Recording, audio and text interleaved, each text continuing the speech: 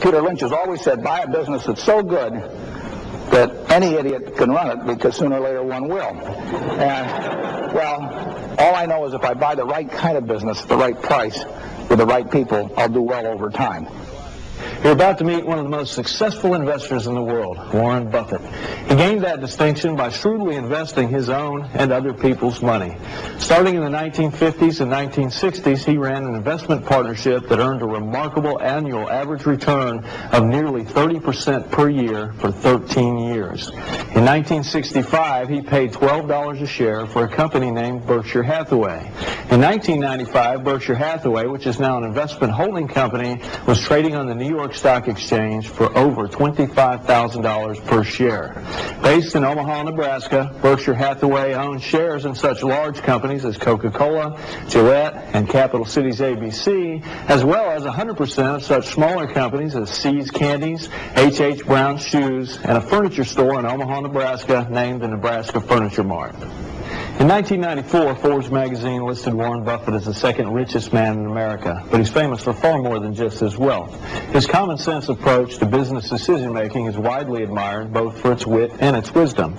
In what follows, you'll hear about how he chooses companies to buy, about his views on predicting the stock market, and about some of his favorite people, including Rose Blumpkin, the 101-year-old founder of the Nebraska Furniture Mart. The format's the one he enjoys the most, a dialogue with a group of students who are invited to throw at him any questions they like.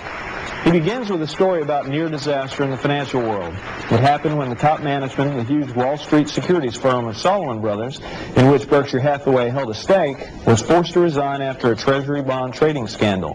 Mr. Buffett stepped in as chairman, and his first challenge was to find the right man to run the highly leveraged company, and fast. I really had a lesson on unemployment a few years ago when on August 14th of 1991, I got a phone call at 6:45 in the morning. It was the top management of Salomon, and they told me at 6:45 essentially that the head of the Fed of New York, who was the most powerful man in finance basically, told them that the top management was unacceptable and that therefore they were going to offer their resignations, and there was no one there to run the place.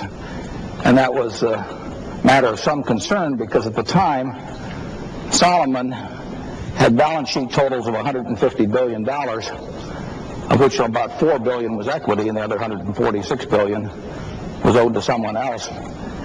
And that was the largest amount owed by any American corporation except for Citicorp at that time. It's larger than the liabilities of the Prudential Insurance Company, larger than the liabilities of the Bank of America, Merrill Lynch, American Express, whatever. And there was one problem about this $146 billion. A very high percentage of it came due within a few weeks. And so that was the situation, and I went back to New York that day, that Friday, and I met that evening, and this is where it may start getting relevant to this group. One of the problems I was going to have the following week was I needed somebody to run the place. There were 8,000 people and this $150 billion of balance sheet assets and liabilities and a complex business. And essentially somebody had to be making decisions minute by minute about the operations, because I was going to have to be dealing with regulators and legislators and people of that sort. So I met 12 people, roughly 12, that evening, a dozen or so. And I probably knew 4 or 5 of them by sight. And there were probably 6 or 7 that I didn't know, although I probably knew their names. So as I interviewed these people, making what for me was the most important hire by far that I'll ever have to make, it may be of interest to you, because it may not be quite as dramatic a time when you get hired, but it may be some of the same things going through the person that's looking at you, the mind of the person that's looking at you. The good news is I did not ask them their grades in business school. The bad news, of course, is I didn't ask them whether they'd been to business school at all. I never looked at a resume. It wouldn't have made any difference. I knew that all 12 had the IQ to handle the job. No one had gotten to that position in the firm without being smart enough to know all the instruments and know how markets worked and all of that sort of thing. So it wasn't a question of IQ at all. It's just sort of hearing how their machinery works, and you can tell the people that are very full of themselves. I mean, that's very easy to do. You find a few of those in investment banking, believe it or not. You know, you can probably detect perhaps the ones that aren't going to have the courage in a situation like that. But I wanted the qualities, you know, the same thing Ben Franklin wrote about a couple hundred years ago. The people who are always willing to give the other person more credit than themselves, and who don't cut corners, and who deliver all their promise and a little extra. And essentially, I was very lucky because I found that individual, a fellow named Derek Maughan, and the next day, the board met, and we had a lot of complications that day, and we had a group of about 200 reporters, probably about this size, in an auditorium, would come in on Sunday to cover this story, and I walked out, they assembled at about 2:30, I walked out of the directors' meeting about 2:45, it was late because of other problems, and there these 12 were, and I just walked up to Derek, and I tapped him on the chest, and I said, "You're it, pal," and we went right down to the auditorium, and 200 or so reporters fired questions at him for 3 hours while he sat up at the podium with about 2 minutes notice that he was going to be running the firm. A month later, Derek Maughan never had asked me what he was getting paid. The question of his salary had never come up. Forget about stock options or anything like that. Never came up. He just walked right up and never said a word about it, and took on the job. Worked 18-hour days for months and months and months. Showed uncanny judgment about what to bring up to me and what not to bring up to me, and all sorts of things like that. And I often use this illustration with a class, is that I say to them, if you were looked under your seat today and one of you had this lucky ticket, and the one who had that ticket got to pick one of their classmates, who'd been together for a couple of years or whatever, and you got to pick one of your classmates, and you could pick anyone you wanted to. You had an hour to make the decision, and you would get 10% of the earnings of that individual for the rest of their life. And you don't pick the guy with the richest father in the class, but well, assume you pick everybody that's starting from scratch. But what would you think about in that hour in terms of who you picked? Would you think about who had the highest grades in the class? Probably not. Would you think about who had the highest IQ? Probably not. You know, the best looking? Probably not. A whole bunch of things would go through your mind. I think you'd be amazed at how most of you would settle on a relatively few individuals. But the interesting thing is that when you think about what's going through your mind, you're not thinking about things that are impossible for you to achieve yourself. You're not thinking about who can jump 7 feet, who can throw a football 65 yards, who can recite pi to 300 digits or whatever it may be. You're thinking about a whole bunch of qualities of character. And the truth is that every one of those qualities is obtainable. They're largely a matter of habit. Ben Franklin, and actually my old boss Ben Graham, when he was 12 years old, wrote down all the qualities that he admired in other people, and he wrote down the qualities that he found objectionable. And he looked at that list, and there wasn't anything there about being able to run the 100-yard dash in 9.6 or high jumping 7 feet. They were all things that were simply a matter of deciding whether you were going to be that kind of person or not. And when you're young, you really have that opportunity. As you get older, it gets tougher because somebody has said the chains of habit are too light to be felt until they're too heavy to be broken. And in terms of behavior, I see that all the time. So the time to form the right habits is very early, but it's the right habits, the habits that you would time to form the right habits is very early, but it's the right habits, the habits that you would admire in someone else and want to buy 10% of whatever individual that is, they're absolutely obtainable. And if you had to sell short one other member of your class, these deals always come with a hooker, and you had to pay 10% of their earnings, again, you wouldn't pick the person with the lowest grades or anything. You'd think about the person who always cut corners or claimed credit for things that they didn't do, never showed up on time. All these little things that seem like nothing, but they determine whether if you have a 300 horsepower motor, whether you get 300 horsepower output out of it or whether you get a whole lot less. And the people I see that function well are not necessarily the people with the biggest motors, but they're the people with the most efficient motors. And it's those qualities of character that really make an enormous difference. So what I would suggest to you is think about that person you'd buy 10% of and the one you'd short 10% of, and think about why you would do it. And then ask yourself, what on this left-hand side of the list can't I achieve myself, and what on the right-hand side of the list can't I get rid of myself if I possess it? And in the end, decide you're going to be the person that you buy the 10% of. That's enough of the sermon. I'd like to answer questions now, and really the nastier they are, the better I like it, because it's much more fun, makes it more interesting. So let's start off with one here. Mr. Buffett, I was reading, it sounds like you and Charlie Munger's analysis of some companies is very back of the envelope. Could you just tell us about the financial analysis that you do on companies, whether it be like Rose Blumkin's Furniture Mart or whether it be Coca-Cola? Well, yeah, those are two good examples. There's a Furniture Mart in Omaha that's going to do, at one location, $230 million of business. It's more than twice as much business as any other single-store furniture operation in the country. And it's not really run by now, but she's still the spiritual head of the place. A woman named Rose Blumkin is going to be 101 years of age in December. And she came over here and landed in Seattle with a tag around her neck, and couldn't speak a word of English. The Red Cross got her, actually got her to Iowa first, and then she came over and started this store. After bringing over 7 siblings and her mother and father from Russia, she started this store with $500. And now has a store that does $230 million. She works 7 days a week.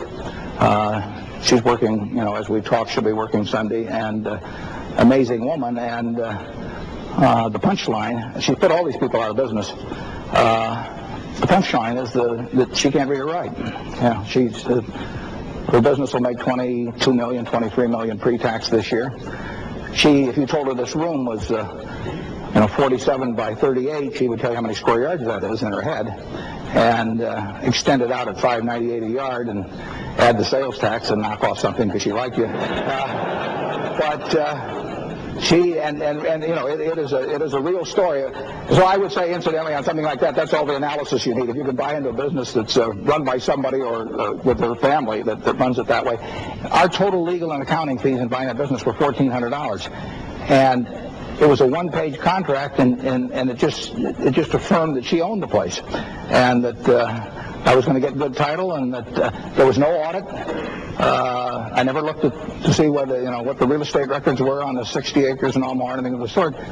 But I just knew that anything she said was so, and you feel very comfortable buying a business like that. I mean, I think that any good investment idea probably can be put in one paragraph. I mean, now, there are all kinds of investment ideas that I'm not going to be able to understand. I believe very strongly, as does Mrs. B, as Rose Blumkin is called, I believe very strongly in operating with what I call my circle of competence. And the most important thing in terms of your circle of competence is not how large the area of it is, it's how well you've defined the perimeter. If you know where the edges are, you're way better off than somebody that's got one that's 5 times as large, but they get very fuzzy about the edge, around the edges. And I can understand some kinds of simple businesses. I can't understand complicated businesses. Coca-Cola was about 110 years old now, and selling 750 million 8-ounce servings of their products a day around the world. Per capita consumption going up in virtually every country in the world after about 110 years or so, and it has 47% of the soft drink consumption throughout the world outside the United States, 41% of the United States, and gaining share every year. It isn't very complicated. I mean, you have to decide, A, whether it's a product that is somewhat durable, which I think has been illustrated, and whether the appeal is universal, which it certainly is, and then whether you have honest and competent management running it, which you most certainly do. Peter Lynch has always said, buy a business that's so good that any idiot can run it, because sooner or later one will. We would like to buy a business like that, and then we'd like a terrific guy running it. And we had 2 terrific people at Coke running it. All we're trying to do is try and find businesses we think we can understand, where we like the people running them, and where the price makes sense in relation to the future economics. And when I find that, I like to buy a lot of it and keep it. And they're hard enough to find that I don't believe in selling them very often because it's hard to find replacements. Are we over here now? Yeah. Mr. Buffett, how do you know when to sell a business and when is it time to do that? Well, the question about selling a really great business is never, because to sell off something that is a really wonderful business because the price looks a little high or something like that, it's almost always a mistake. And it took me a long time to learn that. I haven't fully learned it yet, but it's rare that it makes sense. If you really believe that the long-term economics of the business are terrific, it's very rare it makes any sense to sell it. Now, if you get into some technology company or something where 5 guys are out in a garage someplace doing something that's going to change the whole industry, that's beyond me anyway. And if you try to jump from flower to flower among groups like that, I think you probably have to, because I'm not sure that you can pick permanent winners. But I would say that if you keep it very simple, we own a lot of Gillette, for example. There are 21 billion razor blades used in the world a year. 30% of those are Gillettes, but 60% by value are Gillettes. They have 90% market shares in some countries, in Scandinavia and Mexico. Now, when something's been around as long as shaving, and you find a company that has that kind of both innovative power in terms of developing better razors all the time, plus the distribution power and the position in people's minds, for an item that only costs $20 a year. I mean, the difference, here's something you do every day. I hope you do it every day. And for $20 a year, you get a terrific shaving experience. Now, men are not inclined to shift around a lot, when they get that kind of a situation. So you get that, and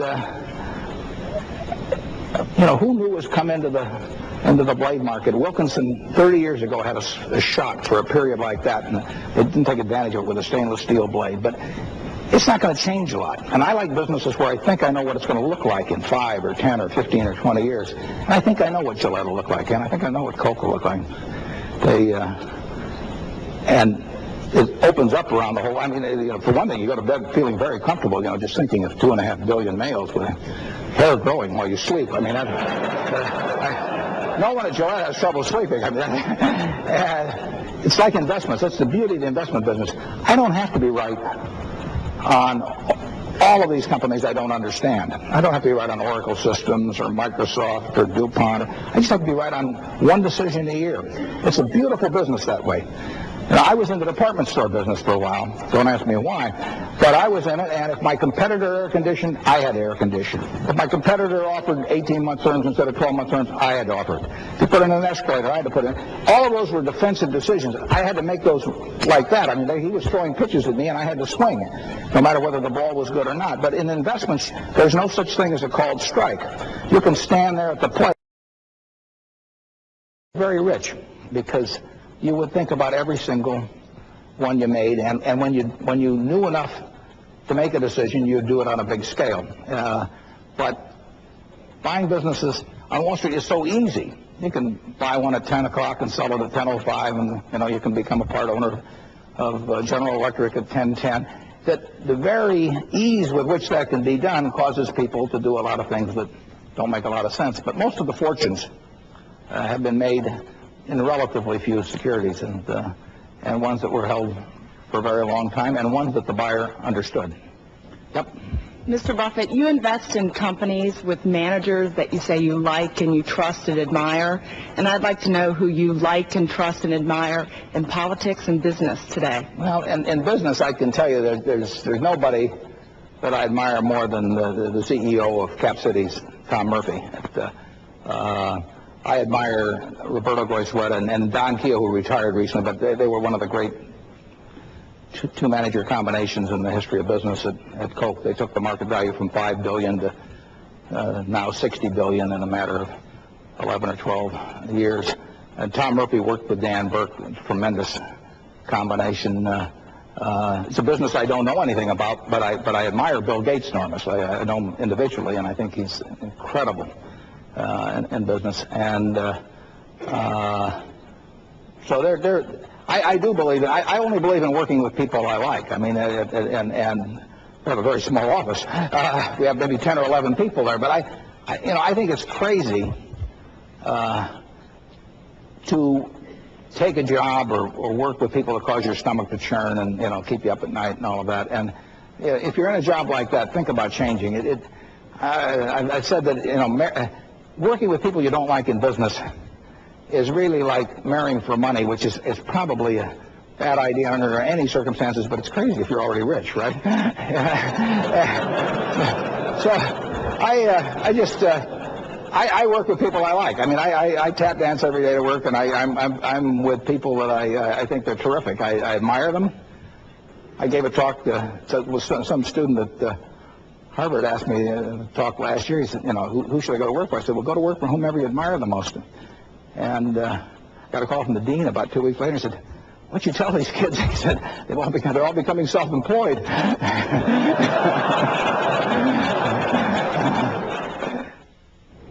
Berkshire Hathaway is currently the most expensive stock that trades on the New York Stock Exchange. When Mr. Buffett was in Chapel Hill in October of 1994, the stock was trading for around $20,000 per share. After a best-selling book on Mr. Buffett was published, the share price pushed above $25,000 in the early part of 1995. He's often asked about his views on splitting the stock, and in the next section, he gives an answer that illustrates his overall approach to investing. Yep. Mr. Buffett, I would love to buy a share of Berkshire Hathaway. Unfortunately, my cash flow is a little tight now. Why doesn't Berkshire Hathaway... We got a loan company, too. Have you considered splitting the stock? Yeah, I get asked that occasionally. I got a philosophy about shareholders that essentially, if you're a public company, anybody can become your partner in the business. I mean, if I was going to decide to build a motel here or start a mini steel works or something, I could invite 10 or 12 people to be my partners, and I would be sure they would be compatible with me because I'd select them, and they'd select me. And in a private business, private partnership, you should get a good relationship among the owners because they have a chance to sit down and decide who wants to be associated with whom. But in a public company, anybody can buy or sell. I mean, you can have anybody. The only qualification is money, which, as you mentioned, is sometimes a limiting factor. But at Berkshire, I want to get people as shareholders, as partners of mine, who have got the same expectations, the same time horizons, the same methods of measurement that I have. I mean, it's crazy to go into business with somebody that's got entirely different expectations than you have. So the only way I can affect that, since anybody can buy it, is by my communications and policies. I will try to follow policies, and I will try to communicate with the people who are my partners or my would-be partners, so that the right kind of people, in terms of expectations, I don't mean the right kind of people that they're necessarily people you want to have at a cocktail party or something, but the people who are going to be happy when I'm happy with results and who are going to be unhappy when I'm unhappy. The worst thing in the world, though, we could stick a sign outside this hall tonight, and we could put rock concert on it, and we'd have one kind of crowd come in. And we could put ballet, and we'd have a somewhat different kind of crowd come in. Both crowds are fine, but it's a terrible mistake to put rock concert out there if you're going to have the ballet or vice versa. And the only way I have of sticking a sign on Berkshire as to the kind of place I'm asking people to enter is through the communications and policies. Splitting the stock is a relatively minor item in that. But essentially, I would rather have people as owners that expect to own it the rest of their lives. I mean, ideally, I don't want anybody to say about selling it next week or next month or next year. They may change their mind, and that's fine. But I really want them to go in the idea that they're going into partnership with me for the rest of their lives. And if they're buying because they think the stock is going to be split 50 for 1, or because they think the earnings are going to be up next quarter or something like that, they're not terrible people, but they are going to change their mind after they get into the hall, and they're going to think this is the wrong kind of place. All the seats are going to be occupied. That's the nature of the stock market. All the shares of General Motors or Berkshire Hathaway or General Electric are going to be owned by somebody. And it makes sense, in my view, to follow policies that get people that are as close to you in objectives and expectations as you can have. And by not splitting, we've eliminated some people we wouldn't like to eliminate. We've also eliminated all the kind of people that are basically interested in trading stocks actively. And that's that's a good group from my standpoint. The New York Stock Exchange is not wild about it because we probably, well, I know we have by far the lowest turnover relative to capitalization of any stock on the exchange. But that, to me, that's terrific. I mean, if I had a club or if I was preaching at a church, I would not measure my success by how frequent the turnover of the congregation was or the club membership would be. I would really like the idea nobody wanted to leave their seat, so there wasn't any seat available for someone else. I was wondering if you could share a story with us as one of your investment non-successes or failures. Let's call them failures, yeah, right. Failures. Yeah. And maybe what it is, why it failed, and maybe some of the reasons that are lessons you learned from that failure that would be helpful to us. Yeah. I make more mistakes when I have a lot of cash around. I think your decision-making, or my decision-making acuity folds or fades with extra cash because I just think there's more of a compulsion to do something when you're sitting around with cash than if you have to either sell something or maybe borrow money, although we're not big on borrowed money. So I would say that's been one causal factor over the years. Fortunately, most of the time I haven't had much cash around, so it's not been a major problem. But it has caused me. I'd like to think that's what caused it. Maybe it was just plain stupidity at the time. It has been. It's interesting. I made a study back when I ran a partnership of all our large investments, or larger investments. I think we've generally not had large losses relative to capital. The largest loss we've ever had, either in the partnership in Berkshire, probably was 2% of net worth. So the nature of not doing very many things and being careful about them probably will keep you from making big errors of commission. Now, errors of omission are the ones that are the big sins. And I wrote in a report a couple of years ago, I've got a thing in my report called Mistake du Jour, and I managed to come up with one every year too. And I started out to buy Fannie Mae, for example, back in 1988 or so. And for one reason or another, I just didn't follow through. We'd have made about $1.5 billion on that. I think we made about $5 million. Those are the mistakes you don't see. The mistakes you don't see are, in our case, are way bigger than the mistakes that you see. We owned 5% of the Walt Disney Company in 1966. The whole Walt Disney Company was selling for $80 million in 1966, debt-free. $4 million bought us 5% of the company. They spent $17 million on the Pirates ride in 1966 building. Here was a company selling at less than 5 times rides. And they had a lot of rides. I mean, that is cheap. I remember the knock on it in Wall Street that was that they were earning a lot of money that year, and it was Mary Poppins, and that there wasn't anything coming next year. And I remember I went to see Mary Poppins at a theater on Broadway, about 45th. At about 2 in the afternoon, I've got a little attaché case and everything. I'm going to see Mary Poppins. I got up to this woman at the ticket booth, and I said, "I've got a kid around here someplace." I'm taking it. I was going to see if I thought this thing could be run over and over again in the future. But here they were. They had 200 and some films of one sort or another in the can at that point. They had 300 acres down in Anaheim with Disneyland drawing at that time 9 million people a year, and the whole place was selling for $80 million. So we bought 5% for $4 million. And the great news is we sold 5% for $6 million about a year later. That 5% now would be worth about $1 billion. But you don't see that. That conventional accounting doesn't pick that up. That's the kind of mistake I made. Yeah. Mr. Buffett, what prompted you to make an investment in U.S. Air, given the fact that this is such a cutthroat industry and certainly not transparent and easily understandable? Well, I think probably the best answer is temporary insanity. The fellow that runs U.S. Air is a wonderful guy. But he just happens to be in an extraordinarily tough business. And the interesting thing is, I'd actually written something for Graham's book in the early 70s about how the airline business was about the toughest business there was. And the interesting thing, of course, is that if you go back to the time, and we're in the right state for that, if we go back to the time of Kitty Hawk, net, the airline transport business in the United States has made no money. I mean, just think if you'd been down there at Kitty Hawk and you'd seen this guy go up and all of a sudden this vision hits you that that tens of millions of people would be doing this all over the world someday, and it would bring us all closer together. I mean, my God, this is something to be in on.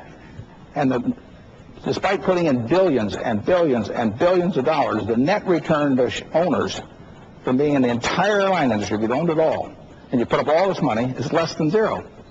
If there had been a capitalist down there, the guy should have shot down Wilbur. I mean,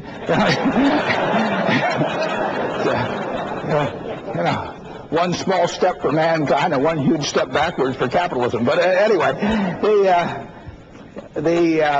so along comes 1989, and I've got a lot of cash, and no one misled me in any way, shape, or form. I mean, this is 100% my decision, and I put money in it. And Seth Schofield, you can't find a better human being or manager than Seth Schofield, but he is operating with revenues based on market factors and costs that are not based on market factors, and that's a recipe for a lot of trouble.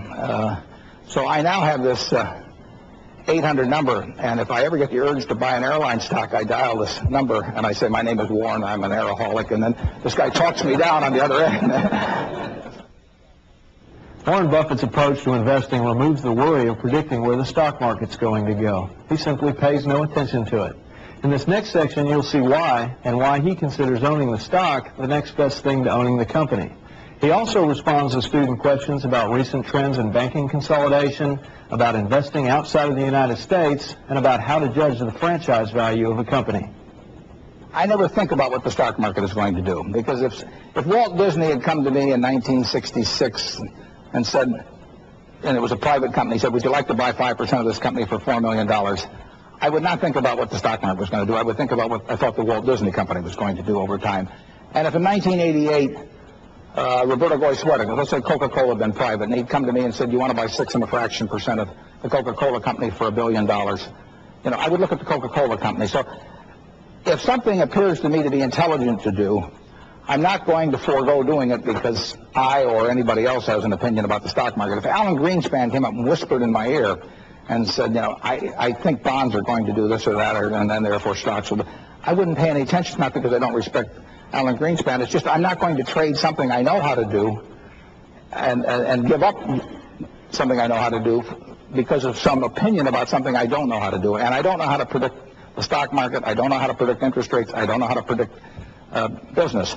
All I know is if I buy the right kind of business, the right price, with the right people, I'll do well over time. And in stocks, it's very hard to know when something will happen, and it's very easy to know what will happen. And we bought See's Candy in 1971 or 2. That wouldn't be familiar too much on the East Coast here, but it's very dominant in boxed chocolates on the West Coast. When it so happened that a grandson of the founder wanted to sell the company. Now, I wouldn't think about what the stock market's going to do when I try and decide whether to buy See's chocolates. What I'm thinking about is whether Russell Stover can knock them out of the box, or whether you can raise your prices periodically as you go along, how strong their hold is on people who are chocolate consumers in the West. And if that's my attitude toward buying 100% of a business like See's, it's also going to be my attitude toward buying 6% of a business like Coca-Cola. In other words, why in the world should I pass up the chance? Coca-Cola went public in either 19 or 20, I think 19, at $40 a share. The Candler family had sold it. They sold it through I guess it would have been then J.P. Morgan, the predecessor company, and the trust company of Georgia, which is now part of SunTrust. The fee was $200,000 and some for this $25 million offering, and Morgan took theirs in cash. The Trust Company of Georgia took theirs in stock. So you'll see on the Trust Company of Georgia or SunTrust balance sheet a little item, investment in Coca-Cola with a cost of $110,000. It's worth a little over $1 billion now. And subsequent to going public, the stock went down 50%, over 50%. That's when Mr. Woodruff came back from Cleveland, where he was working with a White Motor Company, and they brought him back to run it. They had a problem with the bottlers because of some contractual arrangements. They'd made a bad deal back in 1899 in terms of the original. Back in 2 years whether the stock market will be higher and lower. I do know there will be intelligent things to do between now and then, and that if you see one, the thing to do is to do it. Yep. From your point of view, what's the difference in investing in the entire company like See's versus just a piece of the company like Coca-Cola? Well, there's way less difference than most people think, in my view. If I own all of See's at Berkshire and we want to change the management, we can change the management. But I don't want to get in with managements we need to change in the first place. I mean, I'm not. If I got into See's and I thought if I were going to buy See's and I thought I needed to change the management, I might not buy it because I wouldn't. What do I know about making chocolate? So I want to find them with good management. But it is true that if you had a managerial problem and you owned it all, you could change it. It is also true that you can take the capital out of the earnings out of a business that you control 100% of. You can decide the distribution policy and put them over someplace else. And that's an advantage to us. If the XYZ company that we own 5% of wants to go out and buy movie studios or whatever they might want to do, they get to allocate the capital. And all things being equal, and even unequal, I would rather allocate the capital, and I can do that if we own 100%. So that's an advantage owning 100%. But it's so much more important to own a good business and be in with good managers than to have this little extra advantage of being able to change managers. That it's not a big difference. I would rather own the good business than own all of it. I mean, I'd like to own all of the Coca-Cola, but I'm not going to own all Coca-Cola. So is that a reason not to buy 7%? No. The one advantage we have at Berkshire is that we have this mental flexibility, but all we're doing is trying to figure out how to put capital into good businesses. And we're not in the steel business per se. We're not in the shoe business per se. We're not in any business per se. We're big in insurance, but we're not in insurance. We're not committed to it. We don't have a mindset which says you got to go down this road.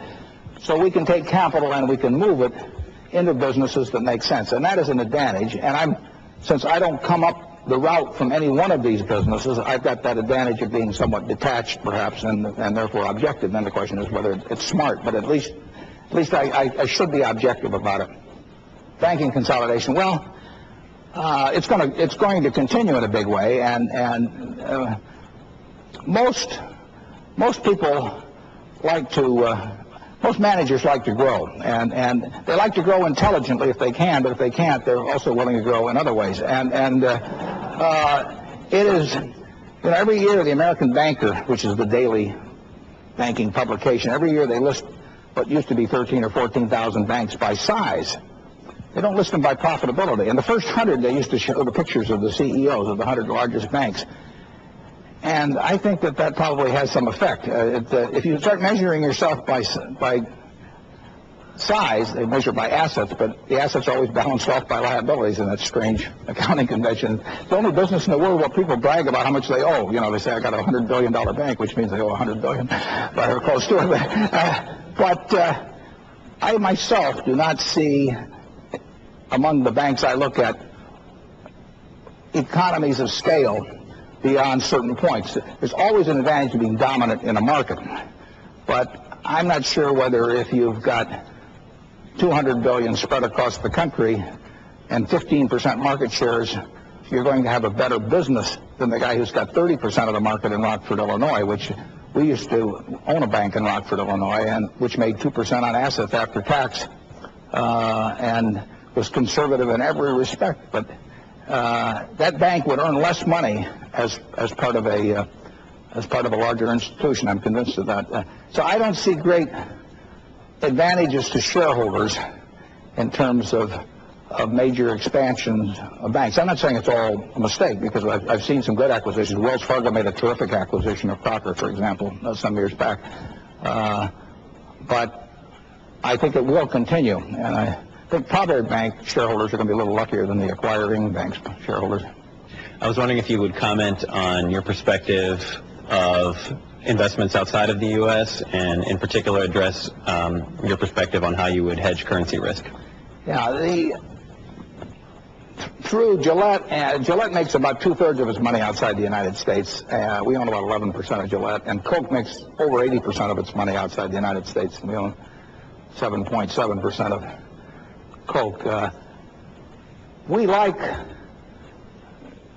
love the kind of companies that can do well in international markets, obviously, and particularly where they're largely untapped. would we buy Coca-Cola if instead of being domiciled in Atlanta, it was domiciled in London or Amsterdam or someplace? The answer, of course, is yes. Would I like it quite as well? Probably just a tiny notch less, because there might be nuances of corporate governance factors or tax factors or attitudes toward capitalists or anything else that I might not quite understand quite as well, even in England, as I might in the United States. But so I prefer, by a small margin to many countries and by a large margin to other countries, I prefer a U.S. domicile operation. But I also prefer businesses that earn high returns on capital and all of that sort of thing. So we will look any place to find a good business. And I find it easier to find them in the U.S. I understand the accounting a little bit better. I probably have more insight into how they're going to function in the future, a little more here than in some other country. But I don't rule them out. On the other hand, the U.S. equity market is a $5 trillion market, and if I can't make money in a $5 trillion market, it may be a little bit of wishful thinking to think all I have to do is get a few thousand miles away and I'll start showing my stuff. Yeah. You and Mr. Munger have long talked about franchise value of businesses. And without tipping your hat, I'm just curious as to what areas what do you perceive as that it has franchise value right now? Well, franchise value, I mean, the real test is if they don't have your product, but they have something that somebody else says is similar, does the would-be purchaser walk out of the store, particularly if they can walk across the street and buy it? I mean, so if you go in and you say, I'd like a Hershey bar, and they say, well, we don't have Hershey bars, we've got this unmarked chocolate bar, that the owner of the place recommends. Now, if you'll walk across the street to buy a Hershey bar, or if you pay a nickel more for the bar than the unmarked bar, or something like that, that's franchise value. And you have to maintain that in people's minds, but it's very important. That was our consideration. When we bought See's Candy, candy was selling for $1.95 a pound. And the question was, would people pay more for that candy as years went along and inflation took place? And the truth is that people, if they perceive that it's the best candy, or a significant percentage of them do in the area, or the dominant percentage do, you're going to do very well with a business like that. The franchise is in their mind. I mean, it's the experience they had. I mean, it's the first time they handed it to a girl and she kissed him afterwards or whatever, or slapped him. I mean, that's what we like them to do with the competitors' candy. But, and you know this, they're not going to go home on Valentine's Day and say, here, honey, here's 2 pounds of chocolates. I took the low bid. I mean, it just doesn't work. So if you've got the right kind of product that way, if you're Wrigley's chewing gum or whatever it may be, you're paying. You may be paying for taste in this case. You may be paying for a mental association that you have. You may be paying for service availability or a lot of things. But that's franchise value. And then the question is how durable is it? How big is it and how durable is it? And I say that franchise is basically like a moat around your economic castle. Now, there's two things that are important. How big is the castle? Coca-Cola is a big castle. See's Candy is not a very big castle, but it's a castle. And around both of those, there's a moat. And that moat is either slightly eroding service, it may be based on employee training, it may be based on research, a lot of things. I mean, there are all kinds of things you're trying to do to make that moat bigger and bigger and to throw more piranha and crocodiles and et cetera into the moat. And you need a moat in business to protect you from some guy who's going to come along and offer it for a penny cheaper. That's what we're looking for all the time. And you can't find it all. You're not going to find it in carbon steel. You're not going to find it with an integrated oil company or something of the sort in all likelihood. But you will find it. You don't have to find very many. Very few. If you have 10 good ideas in the rest of your life, you can afford to give away 5 of them because you'll get very rich with a very few good ideas. Each year, the Berkshire Hathaway annual report is eagerly awaited by shareholders. That's because Mr. Buffett writes it himself. Part of the report, the chairman's letter, has become a widely cited source of business advice. In fact, the entire report is so readable that it's cited as a model for how financial reports should be written. In this next segment, we'll hear about Mr. Buffett's views on clear writing, we'll hear about why he thinks Berkshire Hathaway may be less successful in the future, and we'll hear his views on inherited wealth. If you understand an idea, you can express it so other people understand it. It's interesting, right? I find that every year when I write the report. I mean, I hit these blocks, and the block isn't because, I've run out of words in the dictionary. The block is because I haven't got it straight in my own mind yet. And there's nothing like writing to force you to think and get your thoughts straight. And if you want to communicate something to other investors, co-owners, or whatever it may be, it's quite possible to do it. I mean, I think based on what Chairman Levitt said, I think you're going to probably see a lot of improvement in that area. Same thing goes for accounting footnotes. I mean, I get accounting footnotes that I have trouble understanding. Well, the reason I have trouble understanding is the person that wrote it didn't want me to understand it. I mean, it's not impossible to write a footnote explaining deferred acquisition costs and life insurance, whatever you want to do. You can write it so people can understand it. And if it's written so you can't understand it, I am very suspicious. I mean, I probably won't invest. Well, I won't invest in the company where I can't understand a footnote, because I know they don't want me to understand it. The greater the amount of capital we work with at Berkshire, the worse we are going to do in terms everything else being equal in terms of percentage returns on equity. And I've been telling our shareholders that for years. And the reason is very simple. That when I started out with $10,000, any security in the United States that I could find that would seem cheap could have a very significant impact on that amount of capital. Now, if we find something we can put $100 million in and we make 50%, that's $50 million pre-tax.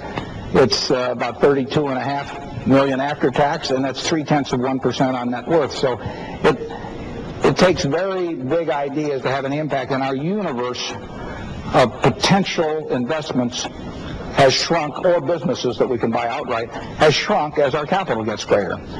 We are down to where our universe is very, very small, and our returns cannot be as good in the future as in the past. When I started out, I went through Moody's and Standard & Poor's page by page. Every page, I just looked at companies, and I found Western Insurance Security selling at 2 times earnings, or National American Insurance selling at 2 times earnings. I found a public utility in Genesee, New York, selling at less than 2 times earnings. That was just by turning the pages. But I could only put $5,000 or $10,000 or $50,000 in those things. They still had the capacity maybe to double my net worth or something of the sort, or more than that maybe. But that'd be useless for me to do that now at Berkshire. So a lot of money is a drag, but it has other advantages. I've read that you're not going to burden your children with the fortune that you've amassed. That's not the word they use, but you've got the idea. I was just wondering, to that extent, could you lend some words of wisdom about family and disciplining children with money? Well, my general belief is if you've got a lot of money, that you should probably, and I got this phrase from somebody else, but that you should leave your children enough money so they can do anything, but not enough so they can do nothing. And I think that there's probably a certain social justice in that. I think, and on top of that, I happen to think it's probably, in aggregate, it's probably best for development of individuals, although there could be lots of exceptions to that.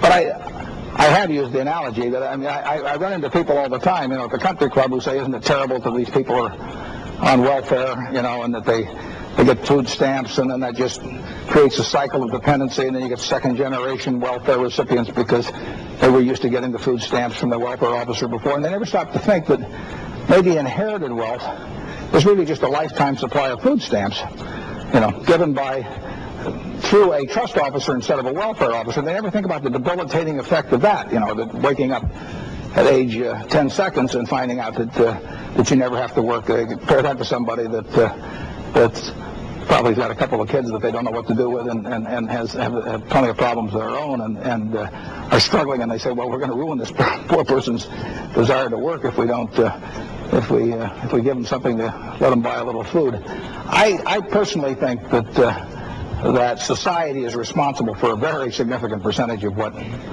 I've earned. I mean, if you stick me down in the middle of Bangladesh or Peru or someplace, you'll find out how much this talent is going to produce in the wrong kind of soil, and I will be struggling 30 years later. So society, I work in a market system that happens to reward what I do very well, disproportionately well. But so does, Mike Tyson did too. I mean, if you can knock a guy out, in 10 seconds and earn $10 million for it, this world will pay a lot for that. If you can bat, 360, this world will pay a lot for it. If you're a marvelous teacher, this world won't pay a lot for it. If you're a terrific nurse, this world will not pay a lot for it. Now, am I going to try and come up with some comparable worth system that somehow distributes that? No, I don't think you can do that. But I do think that when you're treated enormously well by this market system, or in effect, the rest of society showers goods and services, or the ability to buy goods and services on you because of some peculiar talent.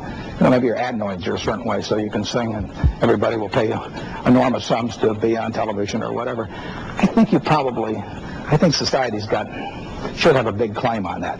If you're lucky enough to be the child of somebody in that position, I think cutting them off with zero is probably a mistake, but I think that setting them up so that essentially they've got this lifetime supply of claims on other people's production of goods and services in society for the rest of their life, it doesn't make much sense to me.